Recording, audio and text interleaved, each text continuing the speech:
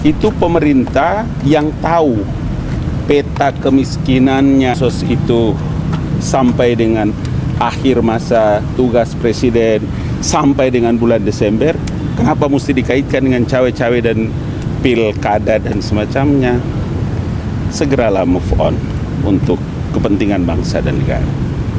Jadi pemerintah lebih tahu, apalagi presiden itu lebih tahu tentang di peta-peta mana masyarakat itu harus mendapatkan bantuan. Jadi jangan lagi dikaitkan dengan masalah-masalah politik. Itu yang saya kira penting. Tadi habis Jumat juga saya jumpa Bapak Presiden. Ini juga tadi jumpa ngobrol. Banyak hal yang memang harus dilakukan di sisa waktu Bapak Presiden punya masa dinas ini. Sempat menyinggung soal kenaikan UKT nggak? Tidak, itu nanti hari Selasa diomongkan. Akan dirataskan ya, Bang? Atau seperti apa? Belum lihat jadwal, saya belum lihat jadwalnya. Yang dibahas oleh Presiden? Itu juga belum tahu. Tapi mungkin sore ini kalau rapat di KSP mungkin bisa Abang kasih jawaban. Karena belum ada jawabannya. Yang Selasa itu apa, Bang? Iya, karena nanti Senin baru ada jadwal agenda Presiden. Selasa kita belum tahu. Tapi pertemuan akan membicarakan banyak hal itu ya pasti. KSP sendiri mencermati soal UKT itu nggak sih, Bang?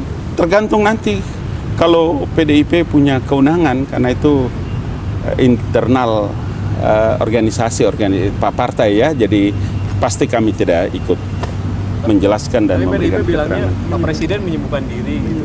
Menyembunyikan diri. Oh, saya harus ambil jadwal presiden ya biar mereka tahu berapa puluh banyak jadwal presiden. Waduh, coba tadi ada yang cegat saya bisa ambil jadwal presiden biar bisa dilihat itu seabrek-abrek jadwalnya. Termasuk tadi juga yang dari Sulawesi Selatan, dari Pontianak, dari Aceh. Jangan begitu dong cara ngomongnya ya, bilang ya. Berarti memang sibuk gitu ya, bukan sengaja. Iya, namanya juga presiden. Jadwal yang begitu padat. Jadi kalau ada yang menyinggung tentang presiden menyibukkan diri, namanya presiden bagaimana tidak sabrek-abrek jadwalnya. Mengada-ngada berarti dengan itu. Ya, jangan menyebar berita bohong lagi. Situasinya udah tenang toh. Pemilu udah kelar. Sudah ada presiden yang baru, tinggal dilantik. Meski tidak diundang Rakernas, ada pesan dari presiden dan PDIP sendiri. Mudah-mudahan sebentar jam 5 kan Bang Ali kembali lagi. Saya tanya kalau ada pesan saya kasih tahu. Segera, yakin. Pasti ada pesan berarti. Nanti sebentar saya tanya. Jam 5. Ya, namanya juga staf presiden. Jadi mana-mana presiden mau suruh mau apa gampang lah. Tinggal dekat, saya mondar-mandir saja. Bang, soal progres transisi ada pembahasan nggak sih sama Pak Presiden? Belum ada. Belum ada ya? Tapi dia akan berjalan secara alami. Ya kan? Apalagi Bapak Kabinet, jadi dia akan berjalan secara linier. Meskipun tidak bentukan tim khusus gitu ya, Bang? Boleh jadi ya, tapi kita belum tahu. Tapi salah satu bentuk yang teman-teman bisa saksikan itu pada waktu Presiden Jokowi bertemu dengan Perdana Menteri Singapura. Beliau membawa Presiden terpilih dan Perdana Menteri Singapura membawa Wakil Perdana Menteri dan saling memperkenalkan. Itu proses yang disebut dengan transisi pemerintahan, memperkenalkan. Dan insya Allah tidak ada turbulensinya. Bang Ali, Oke. Minta tanggapan dari istana soal adanya revisi undang-undang kementerian dan lembaga gitu kan. DPR sudah mengusulkan bahwa sudah menyetujui bahwa untuk di legislatif ya di baliknya itu pasal 15 itu diubah dari 34 kementerian menjadi itu hak prerogatif. Mudah-mudahan cepat, secepatnya jadi. Sebagai mantan anggota Badan Legislasi DPR RI, harusnya DPR secepatnya menyetujui karena itu arah dan haluan Presiden Prabowo Subianto dan Gibran. Tidak ada yang salah dengan perubahan undang-undang kementerian dan lain-lain. Untuk kepentingan ke depan, pelayanan masyarakat dengan negara yang begini luas, sebagai orang mantan DPR RI dan di Badan Legislasi, tidak ada alasan untuk tidak segera dibahas itu. Itu harus segera, karena tentu saja bahwa ke depan tantangannya lebih banyak, lebih luas, lebih komprehensif ya, menurut Presiden Joko Widodo seperti begitu, sehingga untuk bisa memperluas tugas-tugas kerja kabinet sebagai pembantu presiden itu DPR saya yakin mereka mengerti dan mudah-mudahan dalam waktu yang secepatnya bisa disetujui. Jadi setuju Bang kalau nggak ada salah itu ini Kan undang-undang itu dibahas, ada hak inisiatif parlemen, ada juga dari pemerintah, dan kalau ini diajukan untuk direvisi, itu harus segera disetujui karena memenuhi kepentingan rakyat yang begini luas. Dengan tidak boleh dicontohkan dengan Amerika di Eropa, dia satu benua, republik ini keliling pulau-pulau 13.000 lebih. Pemerintahnya, kabinetnya harus seperti apa yang ada dalam pikiran Presiden terpilih Prabowo Subianto dan Pak Gibran, agar masyarakat itu bisa langsung mendapatkan pelayanan dari anggota kabinet dengan kementerian lembaganya. Berarti sepakat nggak perlu ada pembatasan jumlah kementerian? Itu nanti diatur di undang-undang. Setelah ada undang-undang, ada peraturan pemerintah. Nanti diatur. Bang, kan ada yang menilai kalau terlalu gemuk kurang lincah nanti ya. Kalau semakin kecil. Mana negeri kayak begini kurang lincah bagaimana? Justru paten itu barang. Dan memenuhi kepentingan kebutuhan masyarakat dengan wilayah yang luas begini. Sebagai mantan anggota DPR RI ya, anggota balik saya balik waktu itu, paten harus secepatnya supaya bisa membackup kebijakan-kebijakan dan kerja-kerja presiden terpilih dan wapres. Bang Ali, mengenai itu kemarin kan presiden sempat menyorotkan bakal ada evaluasi.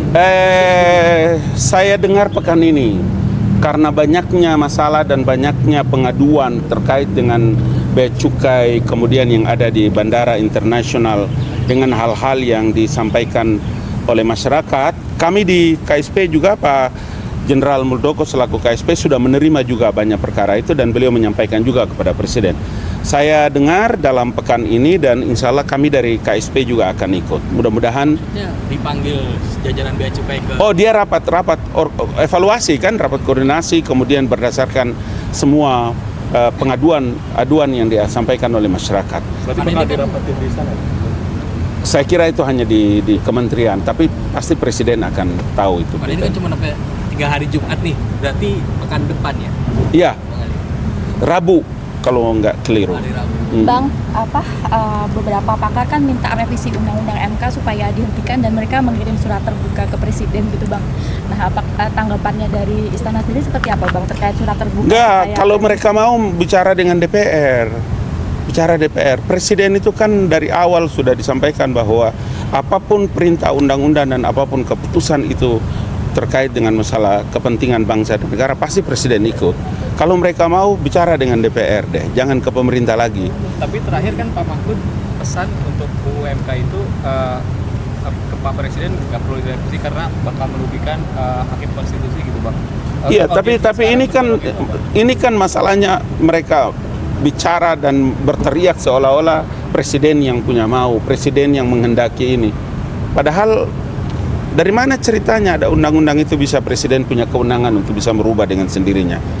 Tidak mungkin kecuali presiden menerbitkan peraturan pemerintah pengganti undang-undang. Ini kan tidak normal, biasa. MK berjalan dengan baik. Jadi kalau para pakar-pakar yang hebat itu tadi mau bicara, dia bicaralah, dia ajukan kepada DPR, kemudian mengusulkan agar DPR mengajukan usulan inisiatif dari Dewan Perwakilan Rakyat Republik Indonesia. Bang, kalau ada anggapan bahwa revisi ini ini ya Bang yang mencederai prinsip-prinsip negara hukum gitu Bang. Kalau menurut Abang apakah ini juga nanti akan mencederai prinsip-prinsip negara hukum atau gimana Bang? Bukan, ini kan pakar-pakar ya, orang-orang hebat. Sehingga dia dari perspektif kemampuan intellectual knowledge-nya dia bisa melihat adakah dari undang-undang itu dengan apa yang terjadi di Mahkamah Konstitusi itu merusak sistem dan prinsip-prinsip tadi atau tidak, atau karena ketidaksukaan mereka kepada manusia sehingga lembaga yang hebat ini harus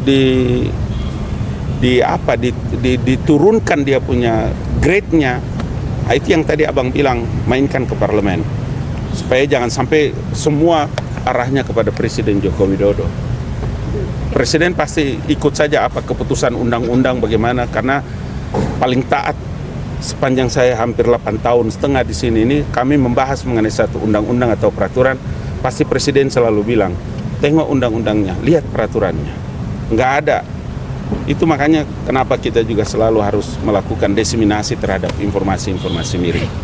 Bang, sorry Oke. ya, soal staf sus yang kemarin baru dilantik tuh Bang, 2 orang ya Bang, yang Bang Juri maupun Mbak Grace gitu. Mbak Grace. Padahal kan pemerintahan sebentar lagi akan berakhir gitu Bang. Nah, itu Oh iya, sebenarnya tapi jangan tugas lupa, khususnya tapi jangan sebenarnya lupa, seperti apa? jangan lupa ada kan Mas Juri itu sebagai bekas deputi 4 yang menangani tentang komunikasi politik, diseminasi informasi.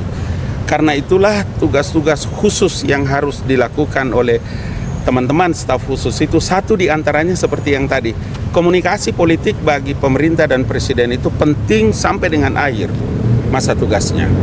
Begitu juga dengan Mbak Grace. Jadi tentu saja kalau presiden mengambil satu keputusan, itu akan memberikan dampak yang terpenting bagi tugas-tugas kerja presiden. Apalagi namanya saja staf khusus. Jadi mari kita sambut ini sebagai satu keputusan presiden yang luar biasa, sangat penting di sisa masa tugasnya. Jadi kejelasan bidangnya mereka apa Bang? Nah, presiden punya kewenangan itu. Tetapi yang saya tahu benar bahwa karena Mas Juri adalah mantan deputi 4 kantor staf presiden bidang komunikasi politik dan diseminasi informasi, maka nanti teman-teman lebih banyak berjumpa dengan beliau, dengan Mas Juri. Kapasitasnya tidak kita ragukan kan. Dia rektor NU, dia mantan KPU nasional, mantan deputi dan segala macam tugas lain yang ya, oke.